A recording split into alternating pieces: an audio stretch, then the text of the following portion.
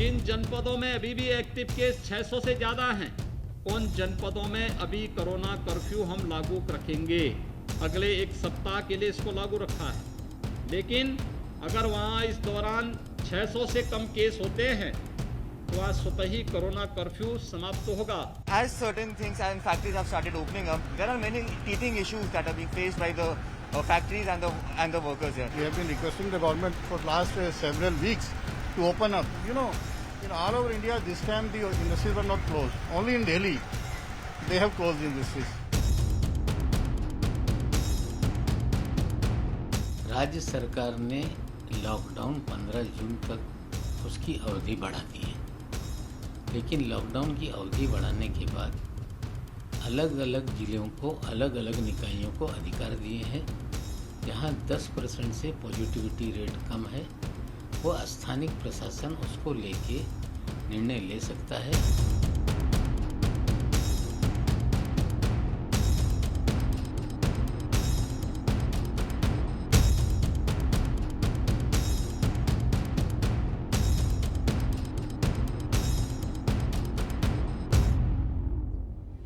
Hello everyone, you're watching News Epicenter with me, Maria Shakil. The process of unlocking has begun. Delhi, for example, made this announcement last Friday, and we have started seeing industries and other plants reopen because the issues of livelihood have to be attended to as well. Several other states have gone ahead and begun the process of unlock because overall the cases have started plateauing, so that certainly is the good news. But again, one thing that the epidemiologists are still trying to find an answer to is, do we know the real picture of the spread of the coronavirus in rural parts of India? Remember, weeks ago, multiple states like Maharashtra, Delhi and Uttar Pradesh were the epicenters of the COVID crisis. But now, lockdowns and strict protocols have broken the chain of transmission and brought the second wave under control. Delhi has seen a drop of over 96% if we compare new daily cases on the 1st of May to the 31st of May. Uttar Pradesh has seen a drop of over 94% and Maharashtra has seen a drop of over 70%. Delhi has eased curbs on industrial production, construction activities, essential services and e-commerce, while other states are putting in place unlock drives from the 1st of June, that is tomorrow. However, the picture is not so great in the southern states. In the same time period, Karnataka has seen a drop of just 50%, Tamil Nadu has seen a jump of over 50%. Even though the situation is improving, it is extremely delicate as the economic ramifications of the lockdown have to be tackled as well. It cannot be indefinite, but the threat of the third wave looms. The medical infrastructure continues to be strained. The vaccination and drug shortage persists across the country. Children are not even eligible for the jab, and there are rising cases of mucormycosis. Given the position we are in, would it be a folly to lift our foot from the gas?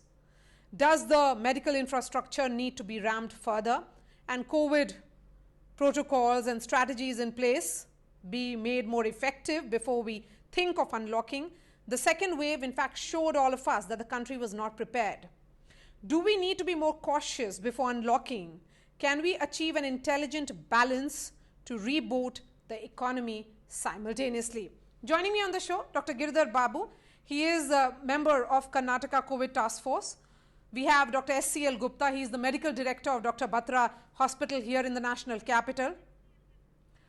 Shankar Iyer, author economist. Dr. Subramaniam Swaminathan is Director Infectious Disease and Infection Control at BGS Global Hospitals. I'm going to begin with you, Dr. Girdhar Babu. Yes, as expected, COVID graph is different in different states.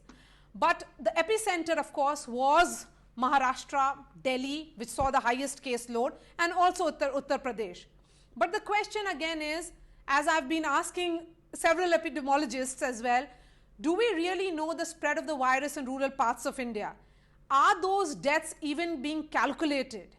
And when we say that there are several cases of other diseases or just fever which may lead to deaths, of course, there is no protocol that is being followed in rural parts. Yes, Maria, that's a right question to ask at this point of time. I can only answer by looking at the data. I'll pull out data from Nanded district. If you look at Nanded, since almost 10th of May till now, there has been consistent increase in the daily case fatality rate.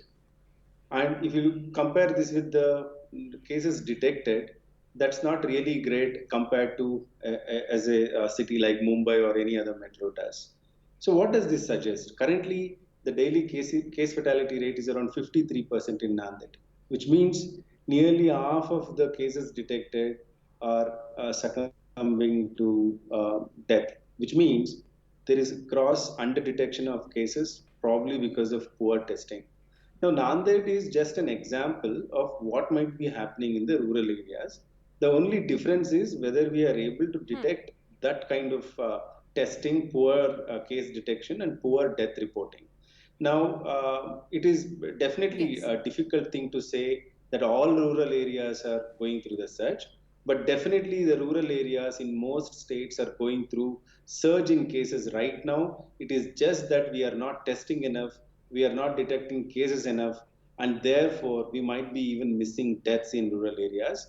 So, a graded approach of urban versus rural, high burden versus low burden, will have to be done based on the data alone and not based on the opinion of whether we should be doing lifting of the lockdown or not. Yes, because look, Delhi has taken this call, of course, looking at the issues of livelihood as well.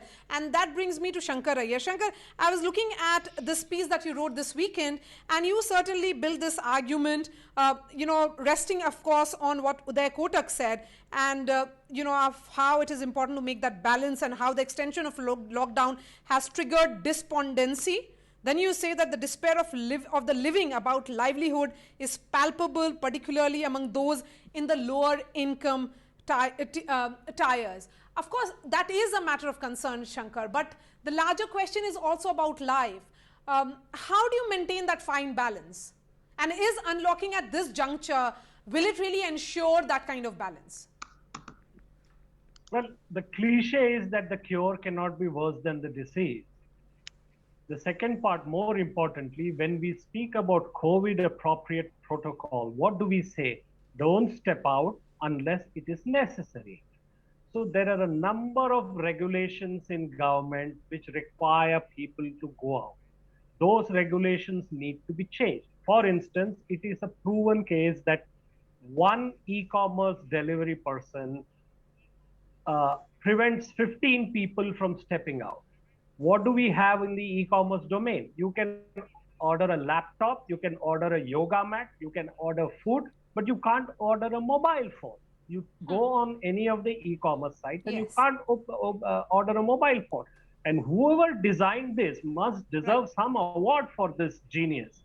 The second part is there are a number of things like in Mumbai, property registration is required.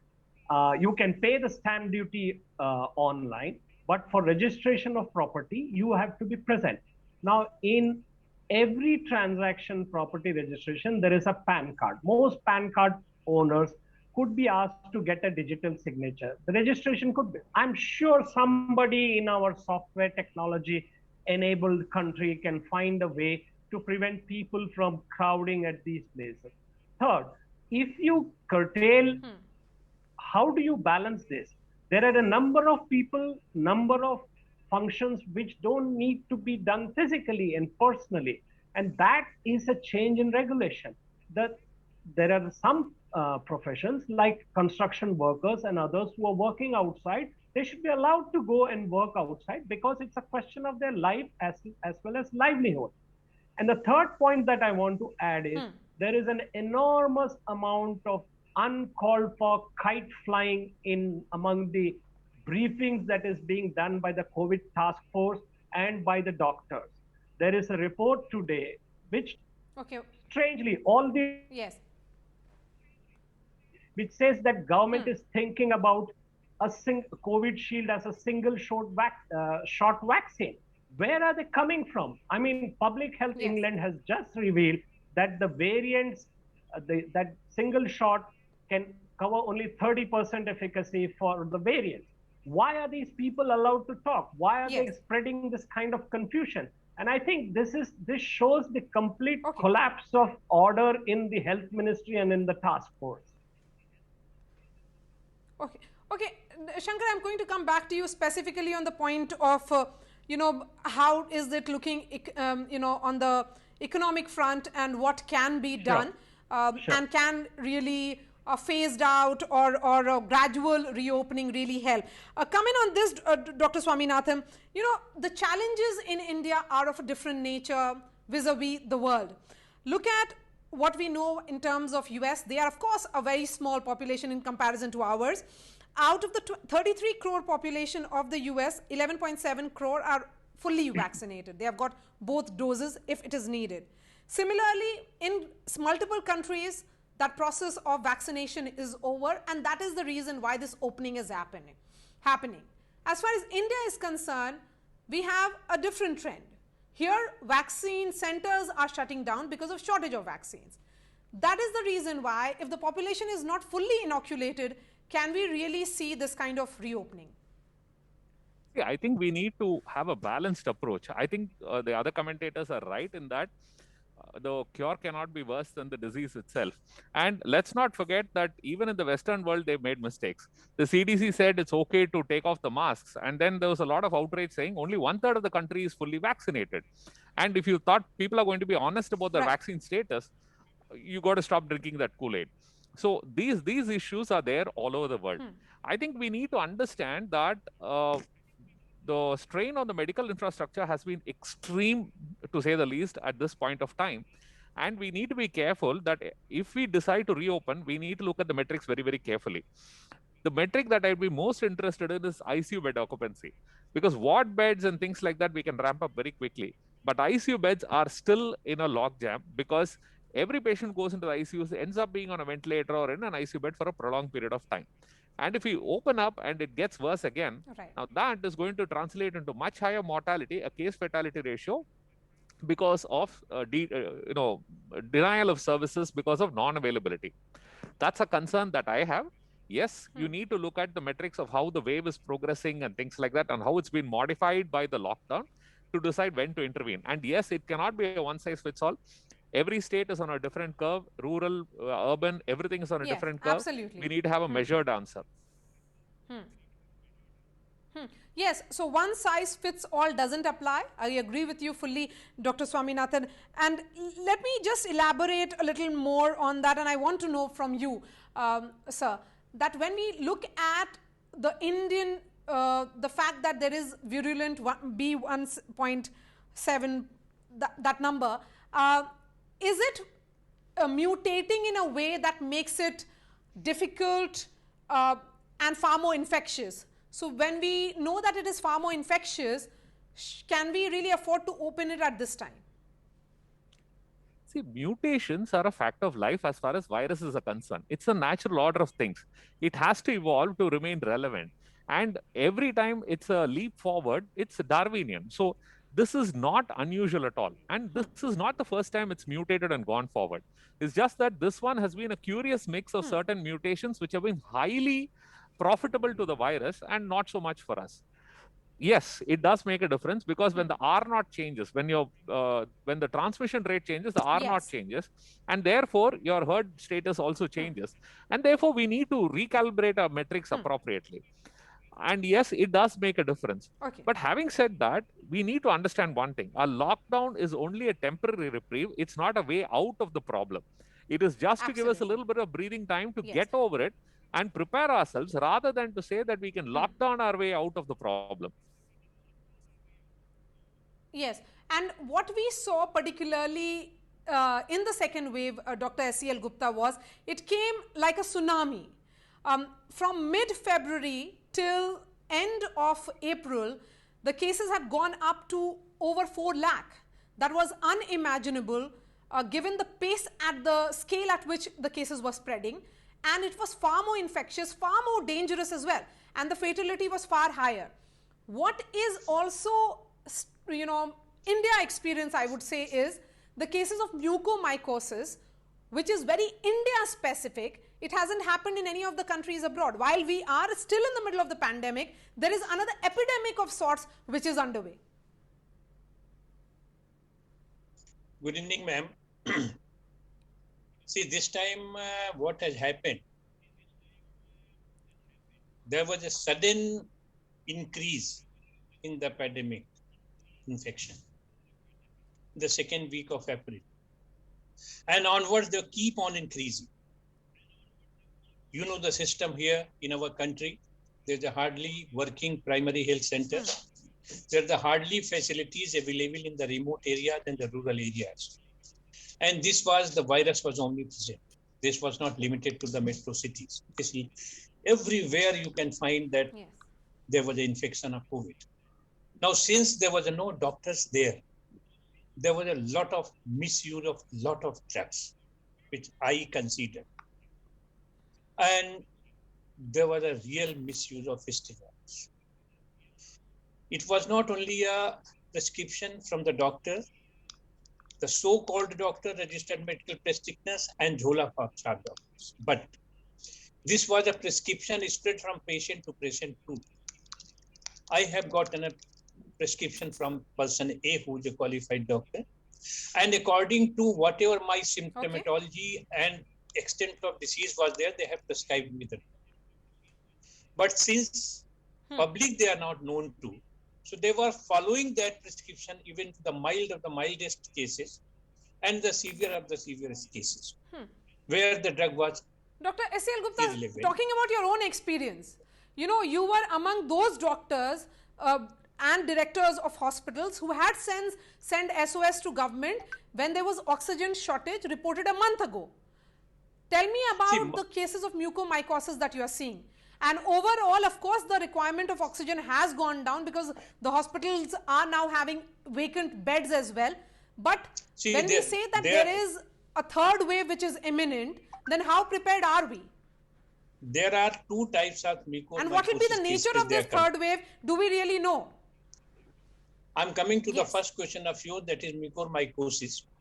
In our hospital and a big setup, there are two types of the cases which we are getting. One from the rural areas that I was discussing with you, that because of misuse of the drug. Second is overstay in the ICU setups, where genuinely lot of prescriptions, lot of steroids and the other drugs prescribed, but at the same time, prolonged stay in the ICU, the spread through the nasal prongs, spread in the ICU has led to a mucormycosis to really put forward there. Now, my experience for the third wave is totally clear. The first wave was totally managed by the central government. Initially, they put the lockdown. Virus का spread हुआ ही नहीं. This time, we were negligent. We are not bothered that this time there might be a very severe spread of the pandemic. And even since we have managed beautifully in the first phase, we thought this will go like this only.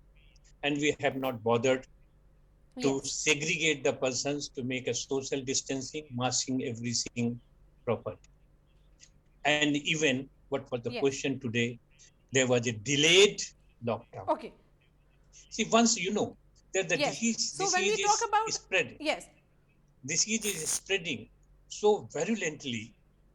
The first thing is you are separating person to person. The reaction, I agree with you. I agree with you. I am looking at certain data here, and Dr. Girdhar Babu, come in on this. Maharashtra Chief Minister announced first lockdown-like curves similar to 2020 only on 14th April, when the average cases were at 58,000. And after 1 month, of course, the cases have come down. Delhi announced when the cases went as high as 20,000. It was like a deluge. Most states weren't prepared. It came like a shock when every state started realizing that is the only way to control and curb these cases or rise is to impose lockdown. But again, my question, that only in India we are seeing this post-COVID infection in mucormycosis. So are we really prepared by unlocking for a third wave? Yeah, Maria, I think there are three different issues here. The first one, lockdown is done only to reduce the speed of the transmission. So when you said whether it's Mumbai or Delhi when had this increased and unexpected surge in cases, the only way to reduce the speed was by imposing lockdown. What was supposed to be done while the state or city was in lockdown was aggressive containment, making sure that people are sought who have illness and tested and then isolated. I'm not sure this has happened in all the states well. There are states like Odisha which has kept up increasing the testing rate. As a result of that, overall test positivity has come down. That's the model of good governance of ensuring that a lockdown is well utilized.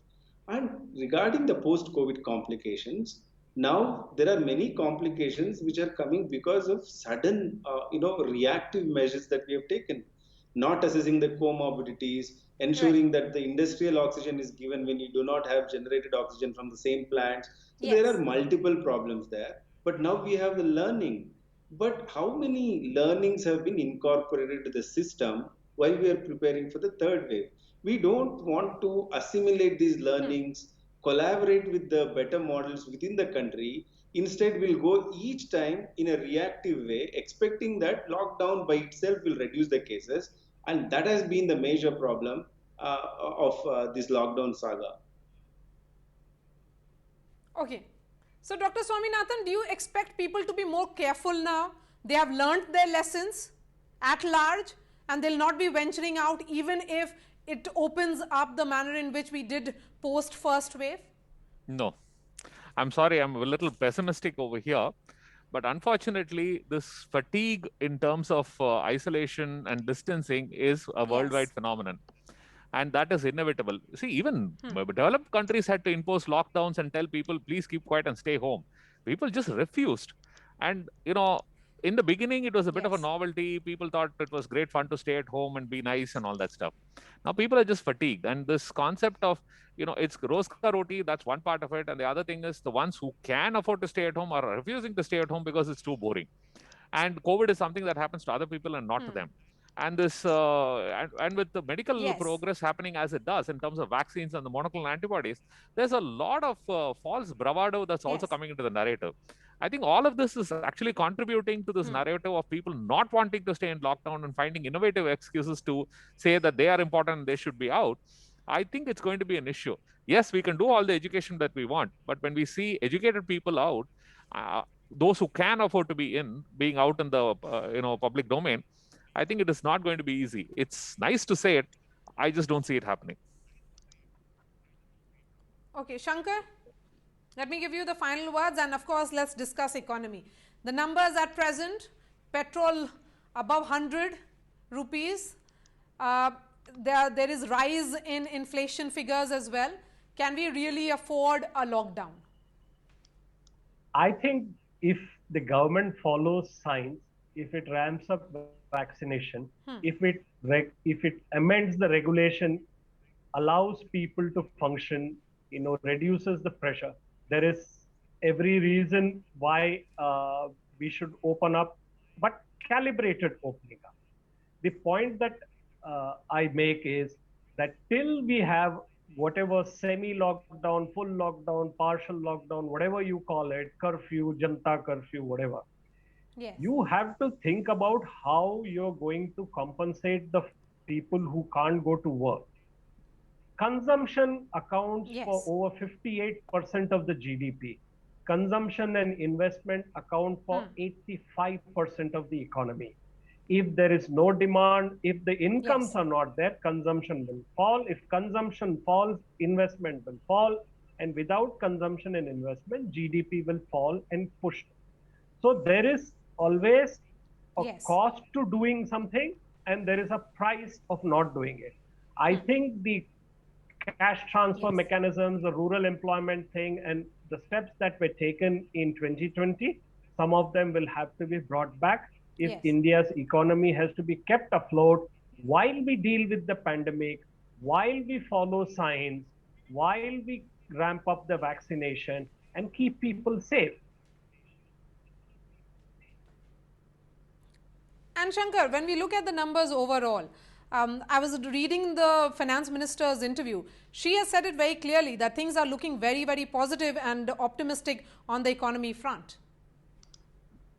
Well, you see, the pandemic, it came on a comorbidity that India already had. India moved from slowdown to lockdown to recession to retraction to somewhat of a recovery. But this recovery is very tentative because people in this second wave have been hit very badly. The fear is in the air, consumption will drop, rural economies, we will have to wait and see how much sowing operations happen. I hope it doesn't get disturbed. I hope steps are taken for rural folk to function. I hope the inputs are available to those folks, because this is a question of a supply and demand situation for supply of inputs, demand of consumption goods. Yes. What we are looking at really is uncertainty, and uncertainty makes people withdraw. So any social engagement has to be calibrated. Any economic engagement has to be designed for the economy to continue working. Just like in the organized sector, you have COVID appropriate protocol and production is happening. Similar protocols will have to be worked out for the face-to-face economy. Right, right. So you talked about uncertainty. That certainly remains.